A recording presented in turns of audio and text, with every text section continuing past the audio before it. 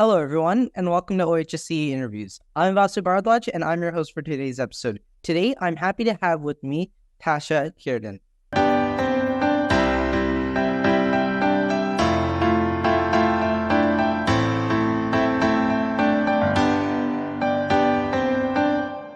It's good to have you on the show. I know you're a long time involved in politics, so it's kind of good to explore some of the questions that we have today.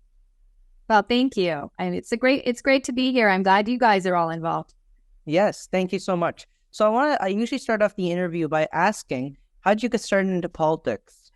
Okay, so you're taking me back a long time. I was 14 years old and it was 1984. So now you know how old I am. It was an election that featured Brian Mulroney as the leader of the Conservative or the Progressive Conservative Party at the time. And it was a Liberal government at the time. He was running. One of my dad's colleagues asked him if he wanted to get involved in our riding in the West Island of Montreal. And my father said, I'm really busy, but ask Tasha. It's the summer. She has nothing to do. So I had always been interested in debating and political issues. So I went to the office. I got really involved in the campaign. I ended up actually running the computer as it was then, because no one knew how to run it, to track where the literature drops had been happening and that sort of thing. So after that, I stayed involved with the Young Conservatives locally, ran for the provincial executive, ended up running for the federal executive, ended up being national youth president. It was a lot of fun that I hadn't expected. I met great people. And of course, I was also very interested in the ideas. So it was, it was a happy circumstance, accident, I'm not sure, but it changed my life. And I'm really grateful for it. For sure.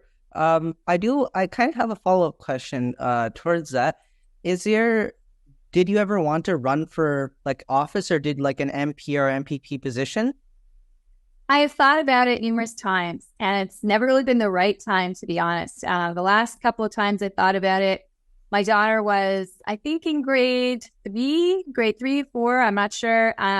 And I literally said to her, I'm like, so, what do you think of mommy going and taking on Justin Trudeau? And how would you feel about that? And she was like, yeah, great. And then she looks at me and she said, you'll be home for dinner, right? And it's like, well, now that won't really work. So I have put that off. It's not something I would rule out in the future. I love politics, and I think it's a very noble calling, despite how messy it can get. So yeah, it's still on the radar. Yeah, for sure. So I want to hop right into our question and answer segment, and these questions are asked by members of our high school team. So the first question I want to ask you is that there have been large talks about creating a new center-ice Canadians party, with an announcement that this is a possibility that would be looked into. As a massive contributor to the organization, with a position on the advisory council, what are your perspectives on the future of the center-ice Canadians? Well, it's a good question, because it's something that I think no one really saw coming. It sort of evolved during leadership. It was center-ice conservatives, as you might know at the time, as a group that just, like many conservative groups that we've had in the past, the Blue Tories, for example, or the Women's Caucus. It was a group that wanted to put a particular point of view on the radar. And it was that Conservative Party had, in the view of people like myself on the advisory council, gone a bit too far in some of its positions. It deviated from, I guess, the kind of progressive conservative view that we espoused. And we felt that, it would be a good idea to get those views out there and talk about them. They weren't getting as much space in the leadership that we thought. That then continued after leadership was over. People still wanted to stay engaged with this concept. It became center-ice Canadians, as you point out. Broad tend to be like a policy discussion group, and we had a couple of great events in Halifax and Toronto. And then people started saying, well, what if we start a new party? And, it's an issue that has come up, I think, because some people feel frustrated that certain points of view are not represented, that both parties have gone a bit far to the political poles, left and right. The Liberals are certainly way more left than they were in my day, back in the day in 1994 anyway. And the Conservatives have also taken some positions that people feel are too far from the political center-right that usually represented. The center-ice Canadians are exploring the idea because people have said they want to. So nothing is decided. It's more a question of seeing if it's possible, if there really is enough interest in that between now and September 20th. That's the deadline that's been set to see if this would be possible. And I think really, I mean, my sort of preference is that I would like to see the parties take the views of centrists more seriously. I don't know if a new party is the answer. I think that that's something people will have to decide, and I respect their decision if they want that. But I think that it is, the goal of this organization was to push the parties to say, hey, you got to take the concerns of these people seriously because they feel homeless, right? And as a conservative party, we need a big tent if we're going to win. So don't kick them out. Make a home for them. Listen to what they have to say. Yeah. Well, I do have a question about that. So obviously, we saw in the last couple of years the formation of the People's Party of Canada, and basically that they felt the Conservative Party wasn't conservative enough. But as Canadians, they feel the Conservative Party is too conservative.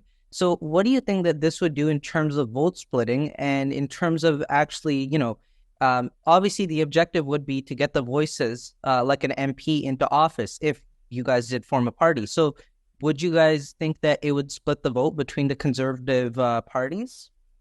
Yeah, I've actually written about this, and we did some polling, which showed where people are feeling frustrated about the current party system. And interestingly enough, the most frustrated place is Alberta. And maybe not so surprising because there, Conservatives have really, provincially anyway, gone very far from the sort of more moderate positions that they had back in the days of Ralph Klein, for example. Or even, I would say, at the start of Jason Kenney's reign when he was premier. So I think there's a feeling there that a lot of people have been pushed too far to the right for their liking. They don't want to vote NDP, but they have no one to vote for. So they actually, that's the place where you'd have the most people voting for a centrist party. About 30% of people said they would consider voting for a centrist party across the country. Alberta, it's in the 40s. So there's something there. But the voters that would come to a centrist party are not necessarily from the existing Conservative Party. As I wrote, I think it's actually more, we see it is more on the center left, that people feel like they've been abandoned by the Liberals. So if anything, I think a centrist party would actually take more votes away from the Liberal Party than the Tories, which could actually weirdly work to the Conservatives' advantage because, that this is what happened last time that the Conservatives got a majority in 2011 was when there was a split on the left, and the NDP did really well. The Liberals suffered because of that. So the Liberals lose more votes. It could actually hurt them, I think, more than it might hurt the Conservative Party. Yeah. So I want to move on to the next question. And this question is taken from your interview with Steve Paikin. And you said that the type of freedom that the Freedom Convoy was championing shouldn't be used as a slogan. What do you think is a way to address the concerns of people like truckers, right, who may not agree with COVID mandates and things like that? And also, if you think the Emergency Act should be used on the Freedom Convoy, do you believe the act should be used in scenarios where climate protesters disrupt pipelines? Another good question. So I address this in my book, The Right Path. I talk about what appeals to a broad enough swath of the electorate to win a government, because that is ultimately the goal of any political party in our system, is to get a majority, right? Preferably than a minority or no government at all. So what I say is that while freedom appeals as a slogan, you heard people yell freedom when they were at the convoy protests and subsequently at rallies and other places. While it really appeals very much to certain hardcore voters, it also turns off more moderate voters because the word itself has changed. It's not simply freedom of speech or freedom of assembly or freedom to vote that we think about. With the convoy, it took on a tone that many people found they didn't like. And partly because it was one person's freedom really infringed on somebody else's. You can say it was all bouncy castles and rainbows, but the truth is, downtown Ottawa was occupied for 3 weeks. I personally know a lot of people who lived there who were not happy. I have friends who were insulted, who were, told to go home to countries that their parents had come from, but that they were born in Canada, racist stuff, not cool stuff. And I'm not saying that was the majority of people there, but it happened. And to deny it, which I feel some conservatives do, I think does no one any favors. So I was very frustrated by that because to me, freedom is a very precious thing, but I think it turns off as many people as it turns on to use it as a slogan. Canada's already the second or third freest country in the world. I don't think we need more freedom. We need more opportunity. And opportunity is actually, it's a type of freedom, because if you have the opportunity, for example, to afford a house, the opportunity to get the job you want, the opportunity to succeed, then you're free to do a lot of things, right? If you're successful, if you can succeed, then you achieve that freedom that comes with that. So to me, opportunity is a term that really encompasses a much wider group of people, including the truckers who wanted the opportunity, right, to be able to actually work. The pandemic is pretty much behind us. I think it has affected our politics and will continue to do so, unfortunately, for a little while, because people still remember how it was. But I think that, we have to move on beyond that, because if the Conservative Party is seen as the party of the convoy, it will turn off, like I said, as many people as I think it will bring to the fold, and that's not what it needs to do. So I do want to touch on that a little bit. As you just said, it would bring as many people as it would bring away, right? Do you think the people it's bringing away are centrists who would possibly or most likely vote for the centrist Canadians? I think the people it would bring would be, it's more a style of doing politics necessarily than just positions. The type of politics we saw, the type of things we saw during the convoy, a lot of people found that politics was not to their liking. When you abandon law and order, when you say it doesn't matter, it's one group or not, one group gets it, the other group doesn't. And you mentioned the Emergencies Act and addressed that piece of the question, but it was like a double standard almost, because the Emergencies Act, I don't know if it'd be used for a particular protest, but it should be used as a last resort, first of all. And it's only really used when you can't handle it any other way in terms of, provincial boundaries are engaged. That's one thing. That's why I thought it should have been used, because this protest spread beyond the space of simply one province. It was in Alberta, it was in BC, it was in Ontario. It became a national issue. And our national capital, arguably also, it's a different animal than simply a city, any other city. It is the seat of our national government. Show me another country in the world that would have tolerated this. I don't think so. In France, they had protests. They lasted 7 hours. 7 hours. They brought out tear gas and they brought out water cannons, and people dispersed. And no one wants to see that. I get it. But at the same time, what we saw in Ottawa was not a protest where people made their voice heard. It was an occupation. And that was something that I don't think is appropriate. I really don't. We live in a democracy, but people have the right to live freely as well and not have that livelihood interrupted the way it was. So there's a balance to strike. It didn't strike that balance. Anyway, maybe we're deviating a bit here, but I think that overall, the people that were put off by that style of politics, by the style that the party's also adopted, which is much more in your face, they might, I don't know if they necessarily go to center-ice Canadians if it was a party. They may also stay home. That's the other thing. Assuming there is no center-ice Canadians party, would they vote Liberal? Doubt it, but they may stay home. So you lose your voters, right? They just don't get engaged. So you suppress them, and then you can't count on their support. So I personally think it's a loss that we don't have to have. Yeah, for sure. So I want to move on to our next question. And you have been a major advocate against the lottery system for a specialized program. And what do you propose in replacement of this system, and why are you so against it? Okay, this is an issue it's one of those issues I never thought I would end up engaged in, but it affected me personally. That often helps, right? My daughter is going to high school next year. And so she was looking at schools, and she'd always wanted to go to Rosedale School of the Arts. She's an artist. We live near Rosedale School of the Arts. It sort of as natural. Otherwise, she might have tried for Etobicoke if we lived in the West End. But there it was, it's kind of always sort of on the radar, but this is where she ended up going. And we learned that instead of portfolios and auditions and that sort of thing, the system would be based on a pure lottery.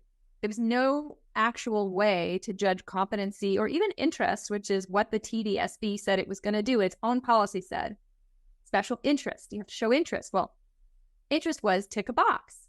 So we ticked the box and we waited, and she was number 82 on the wait list. So we assumed she'd never get in. And she was disappointed. And then after 2 rounds of revisions of the list, we ended up getting a spot. So she's going to go, but her attitude towards it is very different than if she had to try out. She feels like it doesn't really mean anything. And people say, well, aren't you excited when you go to Rosedale School of the Arts? She goes, yeah, but getting in, like, it didn't mean anything. It doesn't mean that I'm a good artist. It doesn't mean anything because it was just a lottery. So I think the message it sends to kids is that hard work doesn't matter. The other issue with the lottery is that it's a quota system to try and help underrepresented students get represented in these types of programs. I think that's a laudable goal. I think this is the wrong way to go about it, though, because what you end up doing is you simply carve out a space and say, okay, we were going to fill the space up with students who are from backgrounds that are not represented in these schools, but other kids who are also from what you would call minority backgrounds or will face discrimination because of their ethnicity, they don't count because they're overrepresented. So I think, again, it says to some people, you're more equal than others, and that's really unfair. And it's not a message we should send either. I think if to fix this, what I think would be reasonable would be to say, okay, we do want to reserve some spaces for people who've not been traditionally represented. Fine. But you still have to pass a test, or you still have to have a minimum B average for IB program, for example, or you still have to have some aptitude for science, whether it's showing your last science fair project or your grades or a test or anything, right? Something. And just to have to make that effort and to know that when you get in, you can succeed, because otherwise kids are going to get into these programs and they're not going to make it because they were just allowed in from a lottery. That's unfair to them too, like really unfair. And also the programs, right? Because the teachers will have to then suddenly teach kids who don't want to be there or can't really make it. There's a host of problems. So yeah, I got engaged with some folks who were opposing the lottery, and I was on Steve Paikin's show talking about it. And, I hope this issue gets resolved, and I hope the system gets changed, because I think you can combine merit and equity, but there has to be a merit component, because otherwise you're setting kids up to fail and you're setting the programs up to fail. Yeah. I want to move on to our next and final question in this segment, and it's going to talk about the next election. So being very experienced in the political atmosphere, what tips would you give to the Conservatives to bring it home in the next election, and what should we do differently than 2021? Okay, well, we'll start with 2021. I think the message from that election was be clear, right? Don't flip-flop, be clear, take positions and stay by them. The flip-flopping happened in 2019 as well, but 2021 was bigger, and I think that hurt us a lot. I think the thing the Conservatives need to really do, and they're doing really well right now in the polls, there's no question, but I think they have to make an effort really to get the votes of the people that they're missing. And that is young Canadians, new Canadians, and urban Canadians. Because just relying on the base, just relying on the rural or ex-urban ridings that Conservatives traditionally do better in is not a ticket for a majority. You need the 905, you need 705, yes, but you need that belt in Vaughan, you need the ridings in the 519, you need ridings on the eastern side as well of Toronto. Think I used to live in Whitby, so ridings like that we really should get. And that depends really on the party being open, showing that it is going to take those concerns seriously, not talking always against, elites and sort of slamming city people. And, I think everyone makes a contribution no matter what job they do. And nobody's better for, being a plumber versus being a laptop person. Like, everyone's got a contribution to make. So don't focus on just one segment of the electorate. Be open to all, because, the young woman living in downtown Toronto may be conservative. Don't stereotype her and assume she's not, like we did in a couple of elections, right? It's a misconception. I know many myself who are quite conservative and who live in my riding of Cabbagetown. I don't think we necessarily win in Cabbagetown or Toronto Centre, but we can still get some ridings closer to the GTA and closer in cities. And I think that is something that Conservatives have to do better in. So I do want to ask a follow-up on that. Now, you said appealing to all the groups, right? And lots of other people. What would you suggest terms of policy-wise, what the party could do differently? Like, what is the party kind of coming off as now, and what should they do differently? Well, I think focusing on the issues that matter, the common threads to those people, and what conservatism is to them, which is, they may not fully understand it, but conservatism traditionally is about hard work. It is about entrepreneurship. It is about family. It is about a lot of values that people hold very dear. I mean, everyone who comes to this country, my parents included, want a better life for themselves and their kids, right? And where do they go? They go to cities. So it's kind of like a 3-for-1. You get the parents, you get the kids, you get people living in cities, and New Canadians. It's all together, right? So appeal to that sense of the need for opportunity. Again, opportunity is what people are all seeking at all levels. In your principles, I think Conservatives had excellent principles that are actually really ring true to what Canada is about. We look to the past for guidance. We don't just throw it out the window. It doesn't mean we don't progress, but we do it incrementally. Stephen Harper was a very big incrementalist. He made changes, but they weren't radical, right? They didn't swing the pendulum back and forth. They were prudent. And I think that's something that people feel right now, like the world is so uncertain. They want stability, and they want people who will take, a strong hand and say, okay, let's advance properly. Let's not go crazy. We've had enough crazy last 3 years. I think also they want to be able to trust you. And that's a very personal thing. I think a lot of people don't trust Justin Trudeau right now for so many reasons. I mean, the list is so endless. We'd have a whole other show. But I think that Pierre still has to also earn that trust from some people who don't know him. And he has to be clear about where he stands on things. Issues like abortion, issues like gun control, those will be used against the Conservatives as wedge issues. They have to be dispelled. And on guns, for example, I think, last thing I'll say on this, I think there's, for example, a way to reconcile Conservative principles and that issue, which is local primacy. Conservatives traditionally believe in local government. So why not have different rules in different parts of the country where guns are very different and the use is different and the attitudes are different? Why not allow them to set those laws? You have to change the criminal code. You have to amend things, but why not make it a policy? And that way you take the wind out of the Liberal sails. They can't attack you, right? Guns are treated differently up in Bancroft than they are in downtown Toronto. People aren't hunting in downtown Toronto. So don't treat it all the same is my point of view. Be local, adhere to Conservative principles, be creative, and win. Yeah, for sure, for sure. So next we'll be moving on to advice for the next generation, where we'll be talking about youth involvement in politics and more. So I want to ask you, what should young high school students do in order to get more politically active? And what is one piece of advice you'd like to give them? Okay, big question. Politically active starts with you. So just get out there and volunteer and do all the silly jobs too. It's not like, in fact, it's a lot of fun sometimes when you're pounding in lawn signs or you're doing phone banks or you're dropping literature with your friends. That's how you make friends. And I really enjoyed that aspect of actual retail campaigning, going with your candidate to the local mall and handing out stuff and standing around and just meeting people and engaging with them and hearing what they have to say and being with your peers, because politics is also about community. So I would say go and bring a friend. Recruit your friends. There's pizza at the campaign office. Come on. It should be fun. And I really, really encourage you to do as much as you can in all campaigns. Don't just wait for the federal election.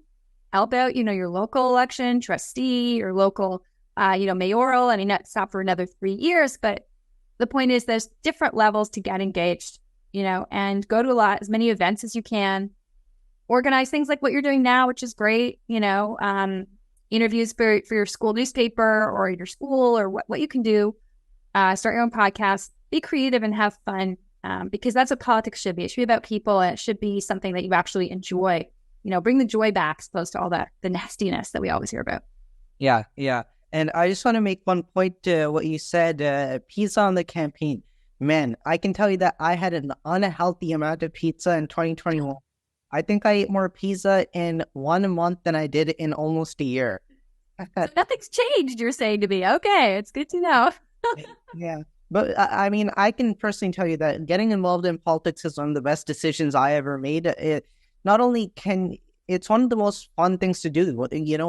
Whenever you're passionate about something, if you can translate that into being passionate about your beliefs and sticking up for your values and beliefs, I think it's one of the best possible things you can do to get involved, to go and canvass, to work on a campaign. And I myself, I love canvassing. I was just canvassing out in Toronto the other day.